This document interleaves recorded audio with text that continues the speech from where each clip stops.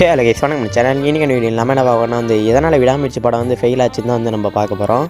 சரி, அதை பார்க்கறதுக்கு முன்னாடி ஒரு முக்கியமான விஷயத்தை வந்து பார்த்துட்டு போயிடலாம். நான் இந்த வீடியோ போடுறதுக்கு காரணமே வந்து இந்த யூடியூபர் தான். இவர் கடைசியாக வந்து ஒரு வீடியோ போட்டிருந்தாரு. அந்த வீடியோவில் வந்து என்ன சொல்லியிருந்தாருன்னா நீங்களே போய் கேட்டு வாங்களேன். விட்டு ஆல்ரெடி சீட் பண்ணி உங்ககிட்ட டைவர்ஸ் வாங்க போகிற ஒரு பொண்டாட்டி தொலைஞ்சு போனா என்ன, தொலைஞ்சு போகலன்னா ஆடியன்ஸுக்கு என்ன, இந்த மாதிரி கேட்ட கேரக்டர் எப்படா ஒழிய நம்மளே வெயிட் பண்ணும்போது ஒருத்தன் வந்து கடத்திட்டு போகிறான். அதை தேடி நம்ம ஹீரோவும் போகிறாரு. பார்க்குற எல்லார் மைண்ட்லையும் என்ன தோணுச்சுன்னா போ உருப்படாமல் போ அப்படின்னு தான் தோணுச்சு. நீங்கள் பிரேக் டவுனில் பார்த்தீங்கன்னா ரொம்ப நல்ல ஒய்ஃப், அந்த ஒய்ஃப் காணாமல் போனால் எவனுக்கு அந்தளவு கோவம் தான் வரும். தேடி போகிறதுல ஒரு நியாயம் இருந்தது. இந்த சீட் பண்ண ஒய்ஃபை தேடி போகிறதுலேயே இந்த படம் கவுந்துச்சு. இதுக்கு மேலே என்ன முட்டு குத்தாலும் இந்த படம் ஏஞ்சிக்காது. இதில் வேற சில பேர் எங்கள் தளபதி அப்படின்னு நடிச்சிருக்காரு, இந்த கேரக்டர்லாம் யாராவது நடிக்க முடியுமா அப்படின்னு கேட்டிருப்பானுங்க. இந்த மாதிரி கேவலமான கேரக்டர்லாம் யாராலையுமே நடிக்க முடியாது தான். ஒரு ரிலேஷன்ஷிப்பில் என்ன முக்கியமாக இருக்கணும், ஒரு பொண்டாட்டி புருஷனுக்கு மட்டும் தான் பொண்டாட்டியாக இருக்கணும். இந்த படத்தை பார்க்குற நிறைய பேர்கிட்ட சொல்லிக்கிறேன், எப்போ உங்கள் பார்ட்னர் உங்களுக்கு சீட் பண்ணிட்டாங்களோ அப்போவே அவங்க உங்கள் பார்ட்னரே கிடையாது. ஒருத்தவங்க உங்களை சீட் பண்ணிட்டாங்கன்னா அவங்களை கழுத்தை பிடிச்சி வெளியே தள்ளிட்டு அந்த ரிலேஷன்ஷிப்பை விட்டு வெளியே வந்துருங்க. இதுதான் நீங்கள் உங்கள் மேலே வச்சிருக்கிற செல்ஃப் ரெஸ்பெக்டை குறிக்கும். அப்புறம் இந்த படத்தில் ஒரு முரட்டை முட்டு கொடுக்குற சீன் வச்சிருப்பாங்க. நீ என்னதான் எனக்கு சீட் பண்ணாலும் என்கிட்ட உண்மையை சொன்னியா, அந்த ஆனஸ்டியை பாராட்டுறேன்னு. ஏன்டா வெக்கம் கேட்டவனுங்களா, சீட் பண்ணுறதே ஒரு ஆனஸ்டி இல்லாத வேலை தான்டா.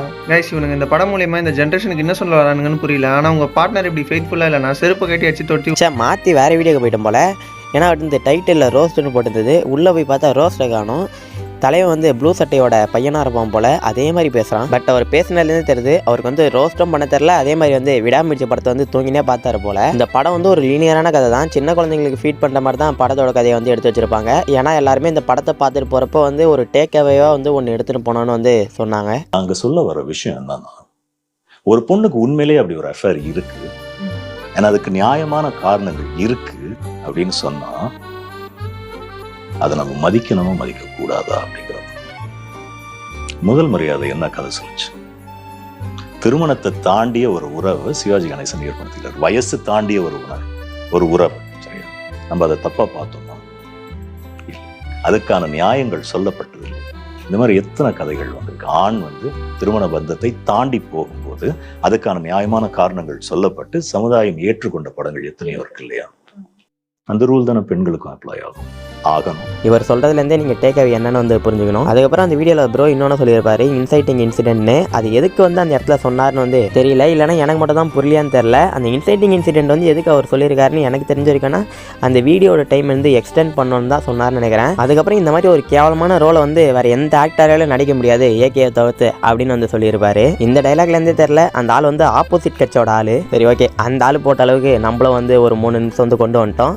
இதுக்கப்புறம் வந்து உண்மையான ஃபேக்டை பற்றி நம்ம பேசுவோம். விடாமுயற்சி படம் ஏன் ஃபெயில் ஆச்சு, இது வந்து ஃப்ளாப் ஆச்சா இல்லை ஹிட் ஆச்சான்னு வந்து இன்னும் அஃபிஷியல் நியூஸ் எதுவுமே வரல. ஆனால் ஒரு படம் வந்து ஃப்ளாப் ஆயிடுச்சுன்னு வச்சுக்கோங்களேன், அந்த டேரக்டர் வந்து ஒரு மாதத்துக்கு வந்து இன்டர்வியூ கொடுக்க மாட்டாங்க. பட் மகிழ் வந்து தொடர்ந்து இன்டர்வியூ தான் வந்து கொடுத்துன்னு இருக்காரு. இதுலேருந்தே தெரியணும் அவங்கள பொறுத்த வரைக்கும் அந்த படம் வந்து ஃப்ளாப்பே கிடையாது. ஒரு சில பேர் வந்து நெகட்டிவிட்டியை பரவுறவங்க வந்து யூடியூப்லேயும் இருக்காங்க.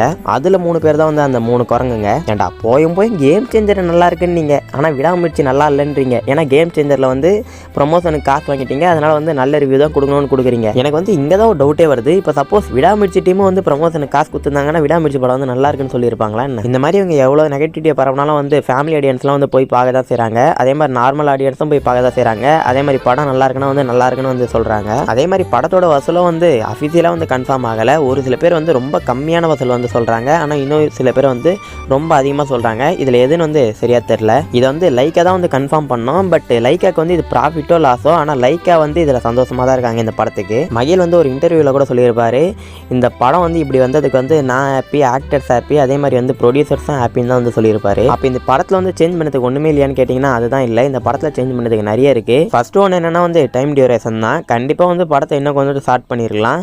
அதே மாதிரி ஃப்ளாஷ்பேக்ஸ்லாம் இருக்குல்ல, அதெல்லாம் வந்து கம்மி பண்ணியிருந்துருக்கலாம். கண்டிப்பாக ஃப்ளாஷ்பேக்ஸை வந்து பிளேஸ் பண்ண இடமும் வந்து சரியான இடம் கிடையாது. அதே மாதிரி இன்னொரு மேஜரான மைனஸ் என்னன்னா வந்து அந்த அசர்பைஜான் லாங்குவேஜ் தான். அதுக்கு நாங்கள் இருக்கவங்களை போயிட்டு தமிழில் பேச முடியாதுன்னு நீங்கள் கேட்கலாம். நான் அப்படி சொல்ல, விவேகம் படம் தான் நினைக்கிறேன். விவேகம் படத்தில் வந்து வெளிநாட்டில் போயிட்டு வந்து பேசுகிறப்போ வந்து என்ன பண்ணியிருப்பாங்கன்னா வந்து அவங்களோட மதர் லாங்குவேஜில் வந்து பேசுவாங்க. பட் அது கூடவே வந்து தமிழ்லேயே வந்து டிரான்ஸ்லேட் ஆகி சொல்லுவாங்க. அந்த மாதிரி வந்து கண்டிப்பாக அவங்க பண்ணியிருக்கணும். ஏன்னா வந்து அசர்பைஜான் லாங்குவேஜ் வந்து ஏதோ 1-2 இடத்துல பேசினா பரவாயில்ல, படத்தில் வந்து முக்கால்வாசி இடத்துல அதான் பேசுகிறாங்க, நமக்கு புரிய மாட்டேங்குது அவங்க என்ன பேசுகிறாங்கன்னே. அப்புறம் எப்படி வந்து நம்ம படத்துக்குள்ள வந்து ஜெல் ஆகும். ஆனால் இதே வந்து படத்தோட ஒரு கதனையே வந்து சொல்லலாம். ஏன்னா வந்து ஏகேக்கு வந்து அசர்பைஜான் லாங்குவேஜ் வந்து தெரியாது, அதனால் அந்த இடத்துல போயிட்டு என்ன பேசுகிறதுன்னு தெரியாமல் கஷ்டப்படுவார்.